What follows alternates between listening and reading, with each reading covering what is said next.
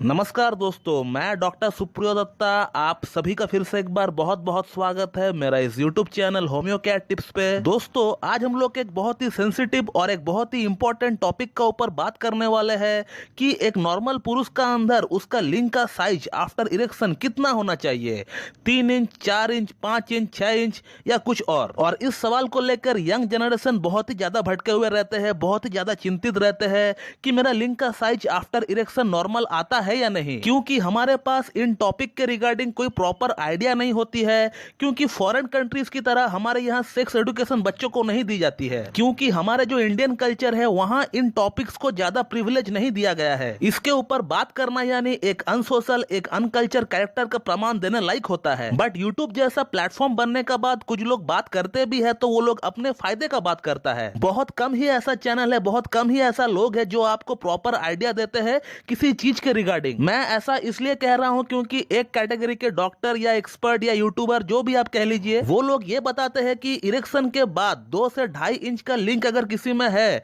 तो ये पूरी तरह से नॉर्मल है। और उसी जगह पर आपको एक कैटेगरी और मिल जाएंगे जो आपको ये बताते हुए मिलेंगे कि 5 इंच का लिंक भी जो है ये सफिशिएंट नहीं है, ये एबनॉर्मल है। तो आप कौन सा कैटेगरी का ऊपर यकीन करेंगे? उस पर जो 2 से 2.5 इंच वाले लिंक को भी नॉर्मल कहता है, या फिर उस कैटेगरी वाले के ऊपर जो 5 इंच का लिंक को भी एबनॉर्मल कहता है? दोस्तों, इस टॉपिक के ऊपर वीडियो बनाने का फिलहाल तो मेरा कोई इंटेंशन नहीं था, क्योंकि बहुत सारी इंपॉर्टेंट टॉपिक के ऊपर वीडियो पेंडिंग पड़ा हुआ है, मैं बना नहीं पा रहा हूं, मेरे पास उतना समय नहीं है। मैं ये वीडियो इसलिए बना रहा हूं क्योंकि जो लोग मुझसे ऑनलाइन कंसल्टेशन ले रहे हैं रिगार्डिंग माइक्रो पेनिस की समस्या के लिए, उनमें से बहुत सारी पेशेंट एक यूट्यूब वीडियो का लिंक मुझे व्हाट्सएप में डालकर ये पूछते हैं कि सर, आपने जो नॉर्मल पीनस का साइज हमें बताया था और इस डॉक्टर के अकॉर्डिंग जो नॉर्मल पीनस का साइज इन्होंने अपना वीडियो में बताया है, इन दोनों में तो बहुत ज्यादा अंतर है। इन्होंने तो 2 इंच का लिंक को आफ्टर इरेक्शन नॉर्मल बताया है, बट आपने तो एबनॉर्मल बताया है मुझे। और एक टाइप का वीडियो लिंक कुछ लोग व्हाट्सएप में भेजते हैं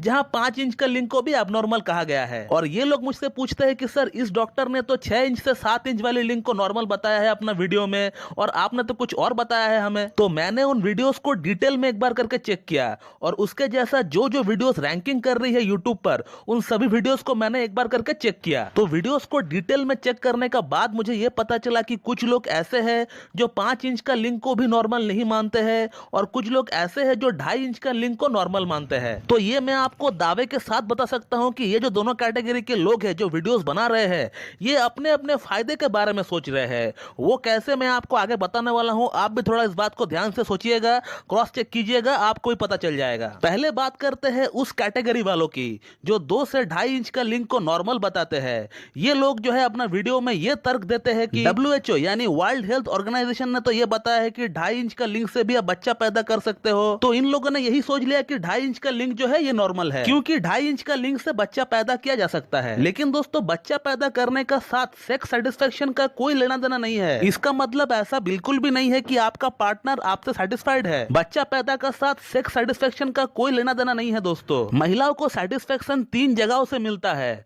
जैसा पुरुषों के लिए जब वीर्य डिस्चार्ज होता है तो सेटिस्फेक्शन मिलता है, तो सिमिलरली महिलाओं को 3 जगहों से सेटिस्फेक्शन मिलता है।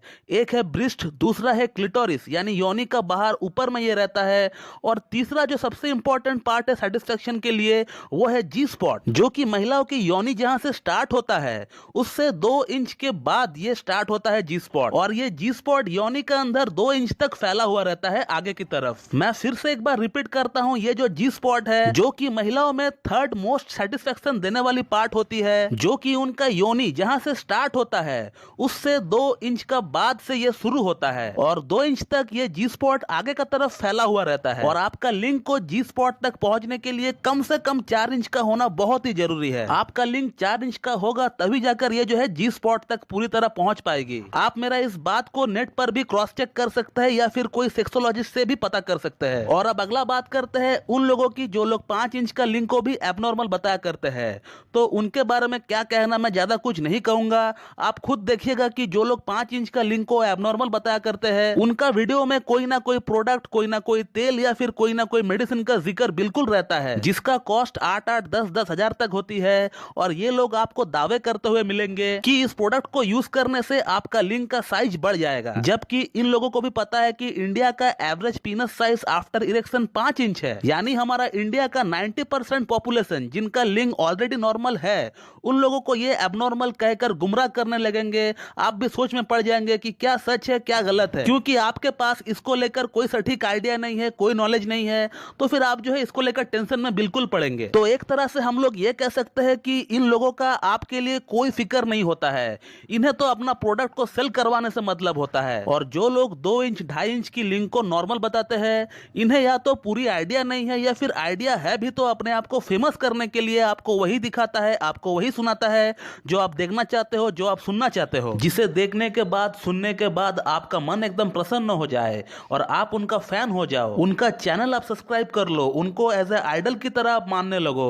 ये वो लोग चाहते हैं, इसीलिए आपको वही दिखाता है, वही सुनाता है जो आप देखना चाहते हो, जो आप सुनना चाहते हो। बट रियलिटी तो कुछ और ही है और इस चैनल पर हमेशा मैं फैक्ट की ही बातें करता हूं। मैं ऐसा कोई भी टॉपिक पर वीडियो नहीं बनाता हूं जिसका मुझे कोई आइडिया ना हो या जिसके बारे में मुझे आधा अधूरा नॉलेज है। तो ऐसा कोई भी बातें मैं आपको इस चैनल पर नहीं बताता हूं जो कि अनरियलिस्टिक है, जो कि अनऑथेंटिक है। इस चैनल पर आपको हमेशा साइंटिफिकली बेस्ड फैक्ट की बातें ही सुनने को मिलेंगे। तो नॉर्मल पीनस साइज क्या होना चाहिए, ये WHO कहता है कि ये कंट्री टू कंट्री वेरी करता है, क्योंकि हम सब इंसान जरूर है लेकिन हमारा जो शरीर का स्ट्रक्चर है, जो शरीर का गठन है, वो सबका अलग अलग होता है और ये अलग होता है ड्यू टू जीन्स। और इसी के कारण हम सब अलग अलग दिखते हैं। हमारा शरीर का गठन अलग अलग होता है, हमारा रंग अलग होता है, हमारा आवाज अलग होता है, हमारा हाइट अलग होता है। तो सिमिलरली लिंग का साइज भी थोड़ा बहुत वेरी करता है।